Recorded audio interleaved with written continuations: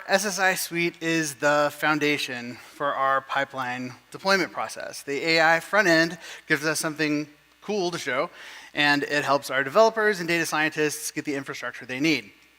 Today we're going to talk about Crexi's implementation for managing pipelines. To be clear, I'm not an author or even a budding expert on the libraries. I'm just helping enable the other engineers and scientists wield these tools and hopefully manage them a little better. So the background in the landscape is basically this. Our data science, data engineering, and data quality teams have to be able to play with whatever the flavor of the week is. Like, literally, QWQ came out like on Tuesday or something.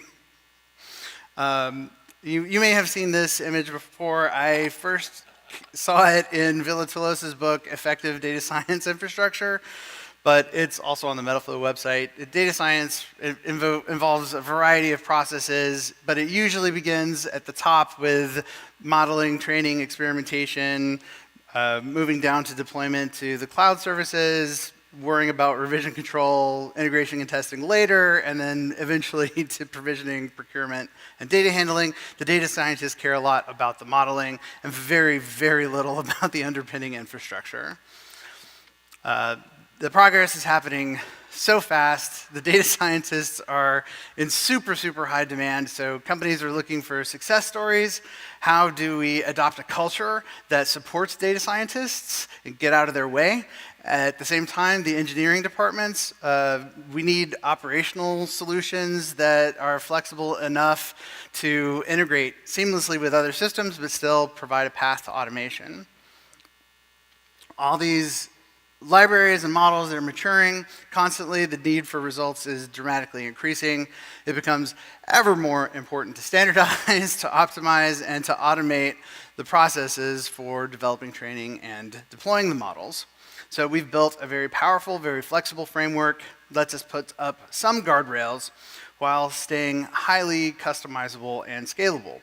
Lets us deploy various machine learning models incredibly efficiently, adaptable enough to meet diverse and developing project requirements.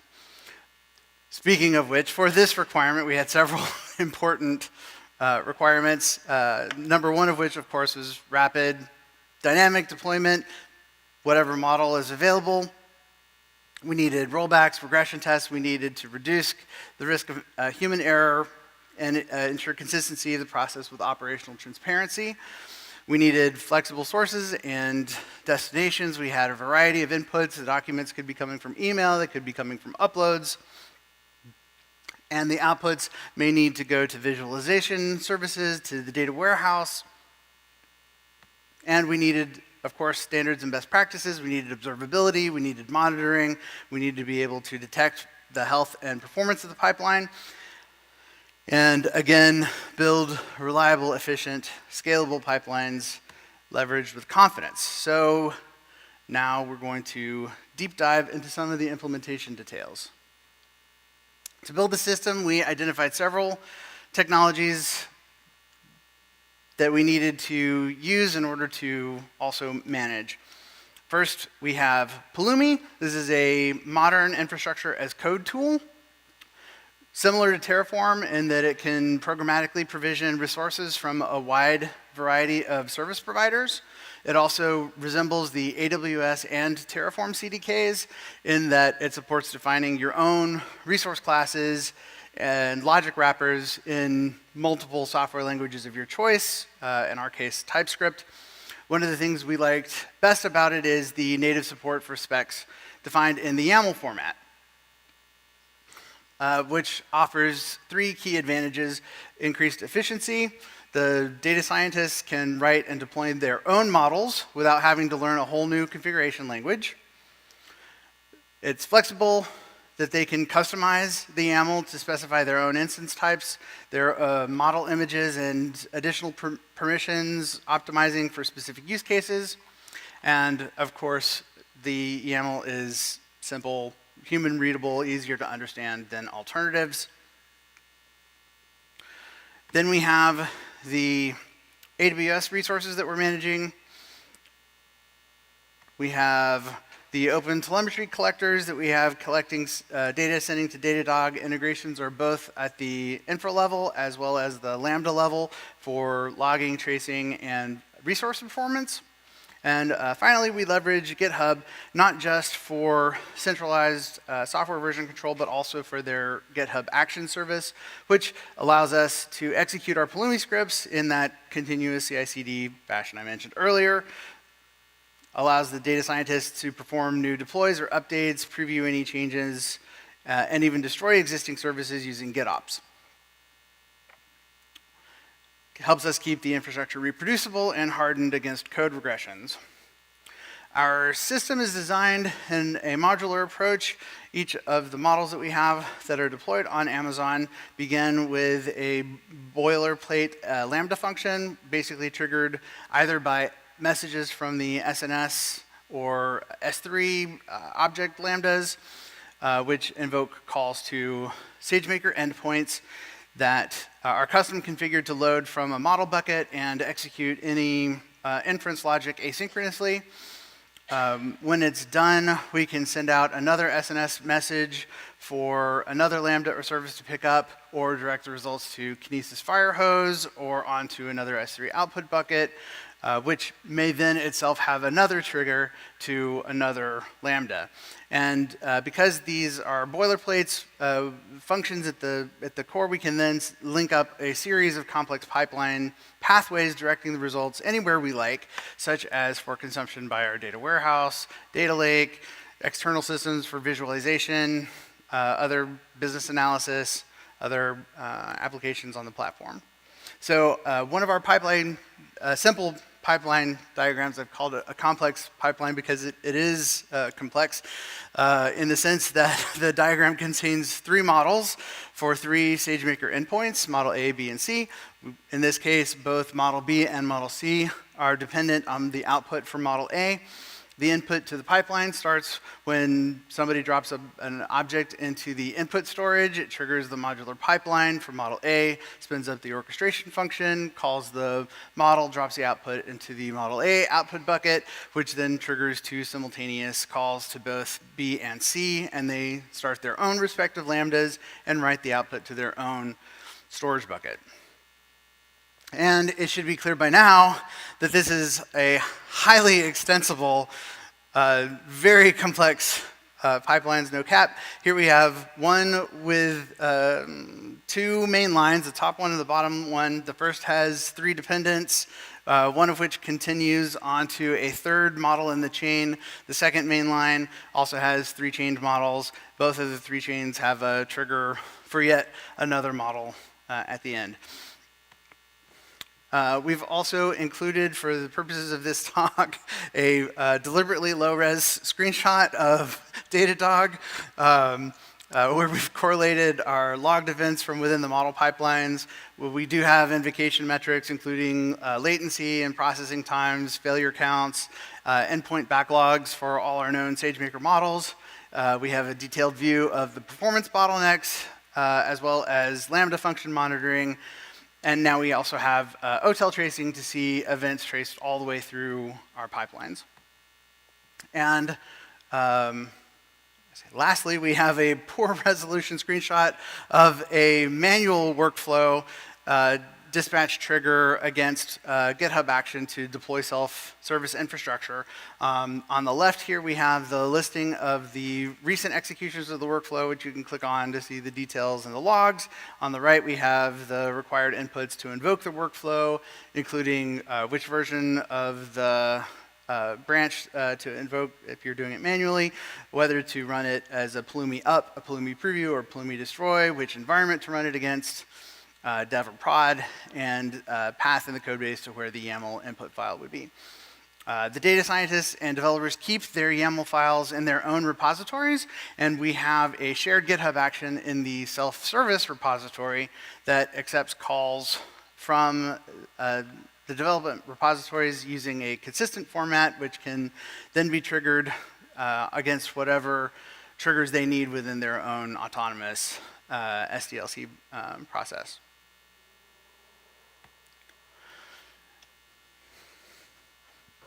Awesome. Thank you so much, Xpaul. It's so cool to see that workflow shown up there, as it took us a really long time to build it.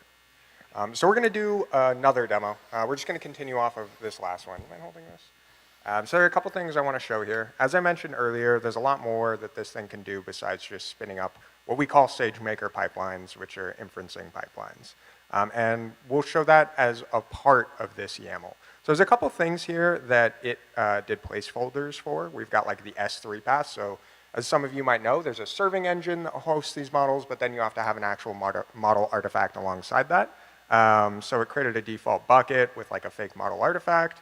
And it also references for our initial input a fake bucket. So let's go ahead and have it, go ahead and create real buckets for our model artifacts and input to the pipeline.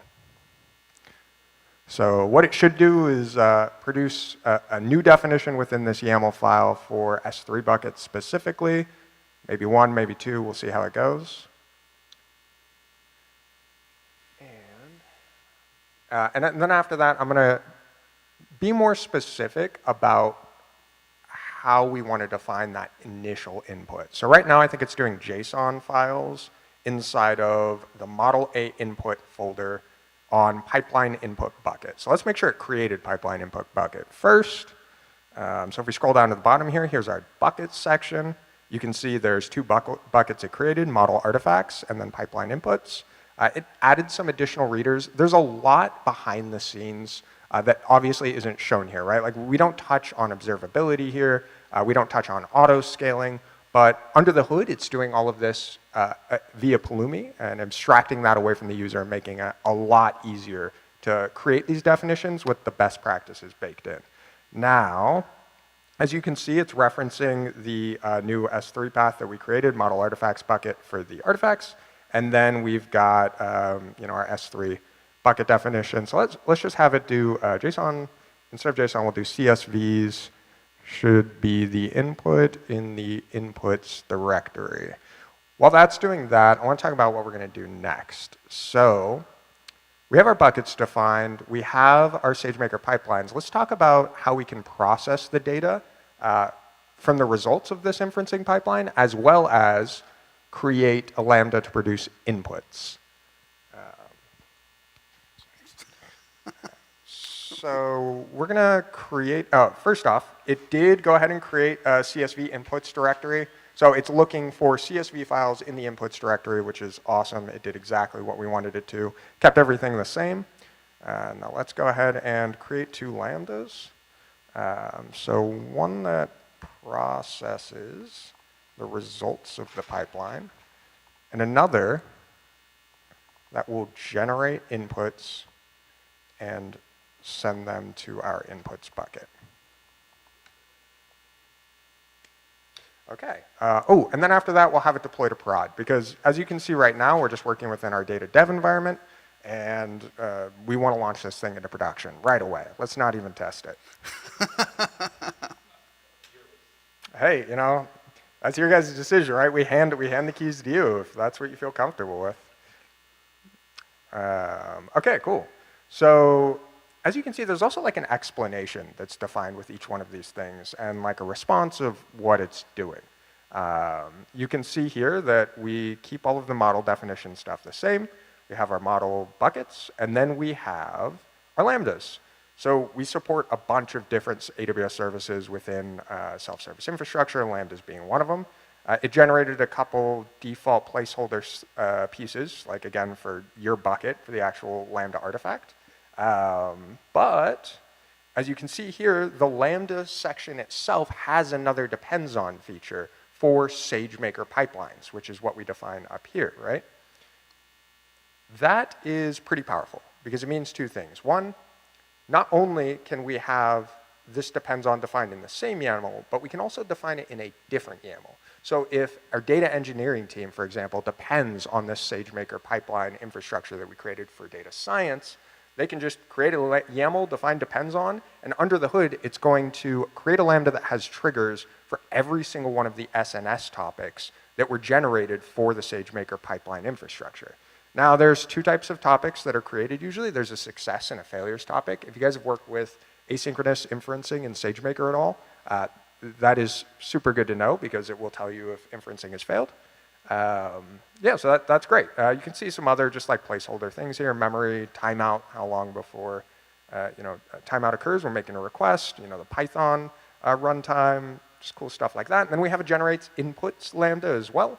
And that is going to depend on the pipeline input bucket that we've defined as the depends on for model A here. So what this means is what we showed earlier in the demo or in the slides. We have a full end-to-end pipeline working with lambdas producing an input, sending it to model A completing inferencing, sending it to model B and C, and then we have a lambda that listens in on every single one of those models and processes the results individually, both for successes and failures. So this is super cool. In minutes, we've basically created a complex ML pipeline.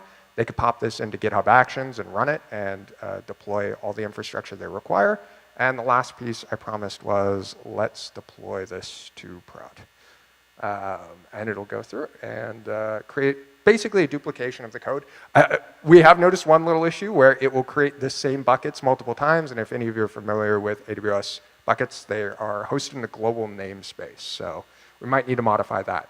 In the end, there are some things that will need to be replaced by the user, but this gives us an amazing template to work from. And it also prevents them from having to manually define all of this stuff, look through the documentation in our self-service repo. There's a lot of advantages to doing it this way. Okay, so, oh gosh, there we go. As you can see, there's a prod environment now and a dev environment. So we have basically all of the same infrastructure, which is great. And let's see. Oh, no, look at that. It actually got the bucket names right. So it created different versions for prod specifically. Super cool. So does anybody real quick have any other AWS infrastructure they want to see if it can stand up? Anything? RDS. Actually, well, let's see. How about this? Does SSI support RDS? So it has complete knowledge of our self-service infrastructure platform and everything it supports. And the current JSON schema provider does not include a direct reference or support for our Amazon RDS. I think we do have Elasticache in there currently. Yeah, we have Elasticache, Elasticsearch, but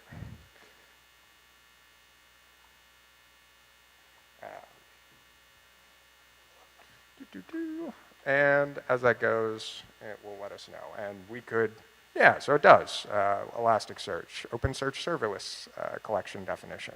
So we could have it go ahead and create one.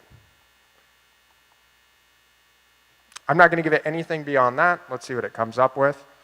We haven't seen it yet either, but what's cool about this application that we've created is it has native error checking. So if it produces a YAML that doesn't complete or doesn't work with our schema, then it will see that there was a problem, we send the error back to it, and it will automatically fix itself.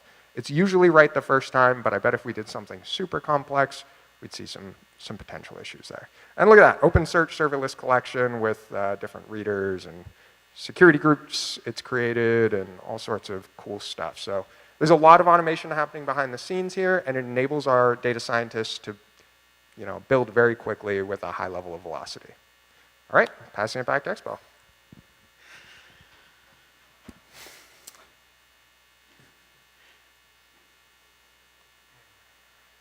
Just got to swap our display settings here real quick.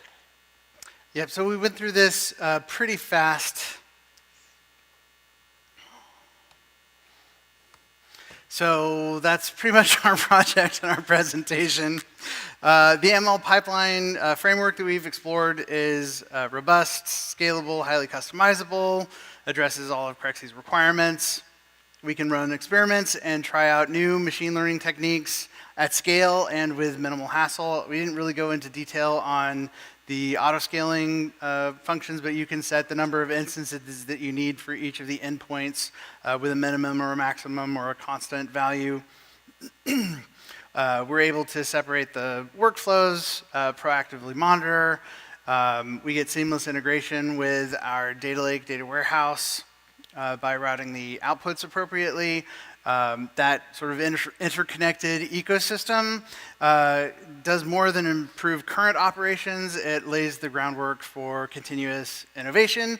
The data warehouse serves as a rich resource for training new models, which can then also be deployed using these ML pipelines, enabling a virtuous cycle of improvement and experimentation that propels all of Crexi's projects forward. Do we have any questions? Go ahead. Hello. Well, first of all, thank you for the presentation. This is really interesting. Thank you both. I had two small questions. One is kind of technical and maybe it doesn't matter, but when you are generating this YAML, you mentioned both the GitHub Actions and the Pulumi part. Is this generating both? Yeah, so the GitHub action utilizes Pulumi on the back end. Essentially, we have a Pulumi application called self-service that takes the YAML file, right? It takes all of the inputs that were provided in there and then, sends it to the application and does things with it. And GitHub Actions is basically the catalyst to start that process. GitHub Actions will take the YAML, put it inside of the process, run Pulumi up, and it will do its thing. So the GitHub Actions in this case is just a thin layer and it's all done in Pulumi. Correct. You could use other CI/CD systems if you want to do the same thing. I know that Pulumi is a great tool, so it's not like I'm not doubting like that Pulumi is good, but like why choose Pulumi and let's say not use direct YAML from one of the other tools? Yeah, that's a great question. CloudFormation. Say. There's a lot of reasons why you would go back and forth. I'm probably not going to debate the specifics between, but I will say I've been using Pulumi for about 5 or 6 years now. I'm really passionate about it because it allows us to build infrastructure as code using our native languages. I think at the time we built this, it was before the Terraform CDK came out. And personally, I just don't enjoy the rigidness that Terraform has.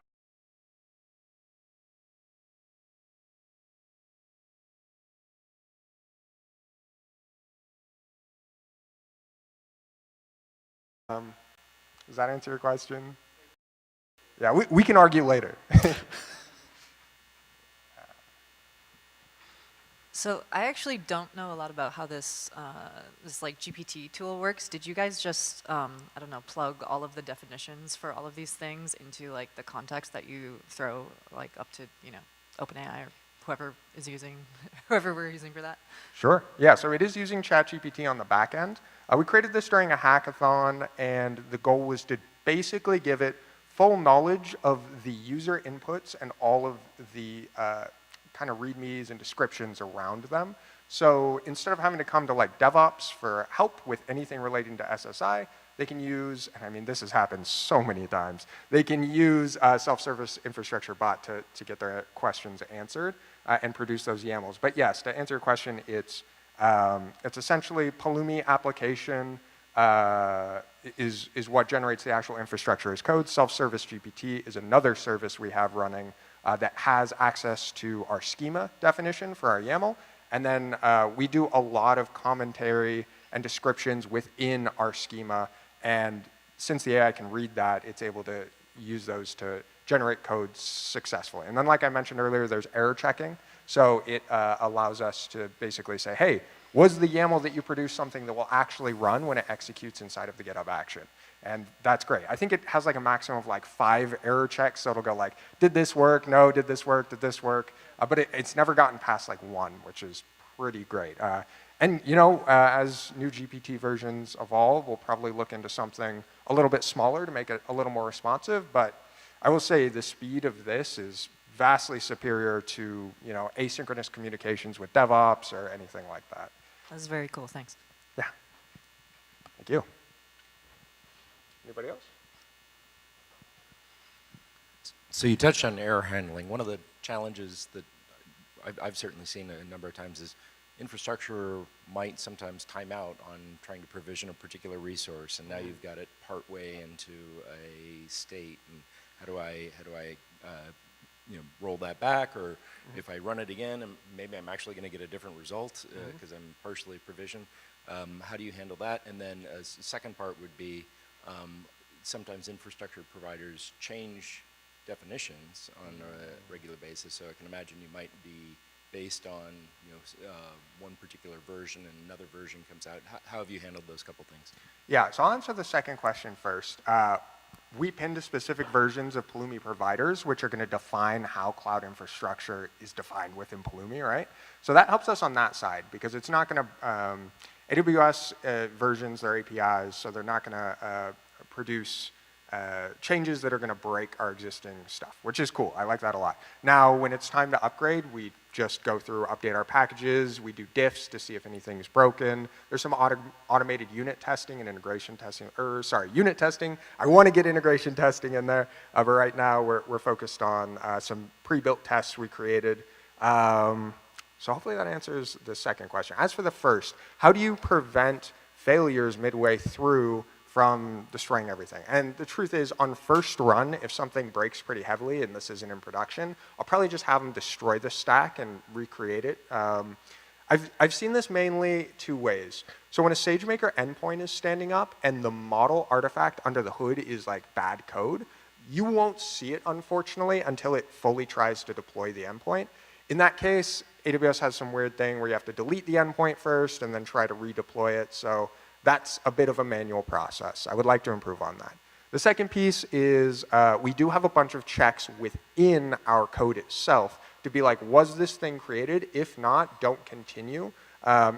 There's specifically within Pulumi the ability to depend on another resource. So to create my ECS or my Lambda function, I need the bucket that stores the Lambda artifact to exist first. So it's that order of operations that kind of helps us. So one thing will fail at a time, most of the time, unless we have a bunch of asynchronous work happening. And you just kind of work your code around that. We had to do a bunch of that for our service deploy specifically, not so much with the SageMaker stuff. Does that answer your question? We have had like the occasional incident where we had to go in and manually invoke Pulumi on the command line and figure out what went wrong with the deployment. I think specifically we had some IAM policies where the roles had been deleted and Pulumi was trying to refresh and got invalid policy identifiers, and there was nothing that could be done from the GitHub action where we actually had to go in manually, make the changes, and update Pulumi appropriately. But that's like so very far and few between in terms of the number of operations that are being called by the development teams to deploy new services or to update the existing ones. So, yeah, just like Pulumi, or just like Terraform, there's a state file you can modify. So if you need to true things up and Pulumi refresh is broken for something like a policy being destroyed due to some weird AWS behavior, you're able to just manually remediate it. But like Xpaul said, that's actually really rare. We don't have it happen very often. Yeah, I guess I'd add on, from my perspective, it might be relatively rare on AWS. I've seen other cloud service providers that have resource timeouts and that sort of things. AWS certainly occasionally has these kinds of things, but then it leaves you in this kind of like semi-broken state, and how do you roll forward? So that was kind of the context for the question. When we're multi-cloud, I'll let you know. Anything else? Hey, thanks for the talk. I was curious about the GitHub Actions integration. Are these GitHub Actions just generated as part of these prompts and then run all the Pulumi actions for you? And if so, if I understand that correctly, are you using Pulumi deployments for this? Great question. They are not dynamically created. We have a generic baseline script that we can add to a new repo really quickly. There's some like tokens we need to allow it to access as well as a part of the script. So, hey, I just built this new repo, DevOps. Can you help us get it ready for self-service infrastructure? So there is a step that requires a ticket to get a repo initiated. And there's some really cool stuff we can do to maybe remediate that, specifically around Pulumi's automation CDK, which basically allows you to control stack creation. You seem familiar. Disclaimer, I work there. oh, I love you guys. I'm sorry, Yeah. I love you guys so much. Okay, well, thank you. Yeah, I do want to introduce that tool. There's so much really cool stuff that you can do with it. Yeah, it's curious. Thank you. Thank you.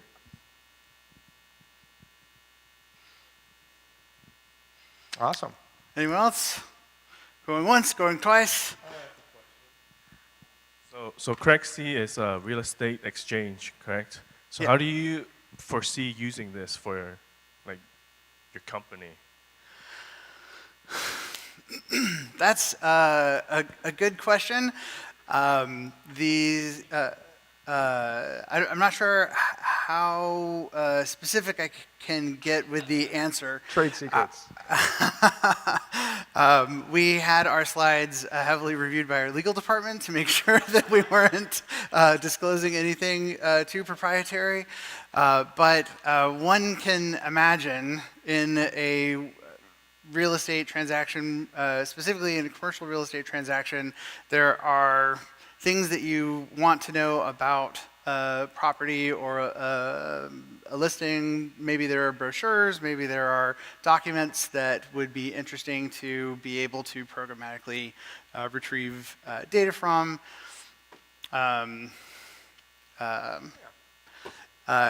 Once you have access to that data, there are a lot more interesting things that can be done upon it. Did I answer that question? Assumption is pulling environmental data to see how much you should be paying for it or not pay for it, or how much your rent should be, or things like that, right? Generating some kind of information for you guys. No, Yeah. not at all. Yeah, you can ask those too. They have some. We do not set or recommend or do anything with pricing. We are staying very far away from that. There is a lot of ongoing litigation in the multifamily space that we have zero desire to be touching whatsoever. We released a product last year called the Lease Data Initiative, and so that was publicly released. We actually had a whole launch for that, so I think we can talk about that in public since we launched it. And this infrastructure served as a foundation for gathering that lease data information.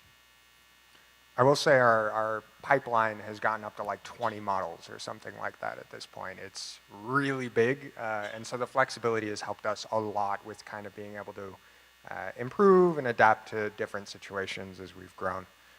Self-service ML pipelines at the beginning were much different than where we are today. So, awesome. Well, thank you guys so much. Yeah, Appreciate everybody coming out. And thanks to Scale for hosting us. This was a lot of fun.